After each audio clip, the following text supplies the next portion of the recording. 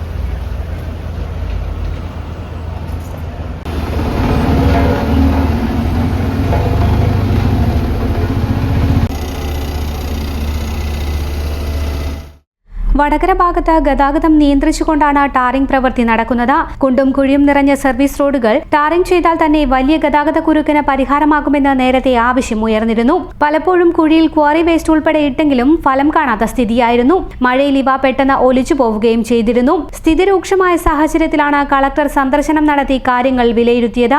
നന്ദി junction, Thikkodi Ayyappan temple approach road, Payyoli, Vadakara junction എന്നിവിടങ്ങളിലെ service റോഡുകൾ പൂർണ്ണമായും ഗതാഗത യോഗ്യമാക്കും. പ്രവൃത്തികൾ വേഗത്തിലാക്കാൻ തൊഴിലാളികളുടെ എണ്ണം വർദ്ധിപ്പിക്കാനുള്ള നിർദ്ദേശവും നൽകിയിരുന്നു. സർവീസ് റോഡുകൾ സാധ്യമാകുന്ന സ്ഥലങ്ങളിൽ പരമാവധി വീതി കൂട്ടാനും നിരപ്പല്ലാത്ത ഭാഗങ്ങൾ നിരപ്പാക്കാനും നിർദ്ദേശം നൽകി. അനാവശ്യമായി റോഡുകളിൽ കൂട്ടിയിട്ട നിർമ്മാണ സാമഗ്രികൾ നീക്കാനും നിർദ്ദേശിച്ചിട്ടുണ്ട്. പ്രവൃത്തിക്കായി 145 തൊഴിലാളികൾ ഉണ്ടായിരുന്നത് 572 വർദ്ധിപ്പിച്ചതായി മുഖ്യമന്ത്രിയുടെ സാന്നിധ്യത്തിൽ ചേർന്ന യോഗത്തിൽ ദേശീയപാത അതോറിറ്റി ഉദ്യോഗസ്ഥർ അറിയിച്ചിട്ടുണ്ടെന്ന കാര്യം പൊതുമരാമത്ത് വകുപ്പ് മന്ത്രി PM മുഹമ്മദ് റിയാസും അറിയിച്ചിരുന്നു. ഇന്ത്യയിലെ ഏറ്റവും വലിയ അമ്യൂസ്മെന്റ് പാർക്ക് ഇനി വടകരയിൽ. ദുബായിലും ചൈനയിലും തരംഗമായി മാറിയ സൂറൽ വെള്ളച്ചാട്ടം ഇനി വടകരയിലും. ഈ ഓണമഹോത്സവത്തിൽ വടകരയ്ക്ക് ഭംഗിയേകി മിഴിവേകി ഇതാ അതിഗംഭീരമായ ഒരു മേളയ്ക്ക് സമാരംഭം. Vadakara fest 2K25. വടകര പുതിയ ബസ് സ്റ്റാൻഡ് കൃഷ്ണകൃപ ഓഡിറ്റോറിയത്തിന് സമീപം ഓഗസ്റ്റ് 13 മുതൽ സെപ്റ്റംബർ 14 വരെ നീണ്ടുനിൽക്കുന്ന നവകേരളം വടകര ഫെസ്റ്റ് 2025.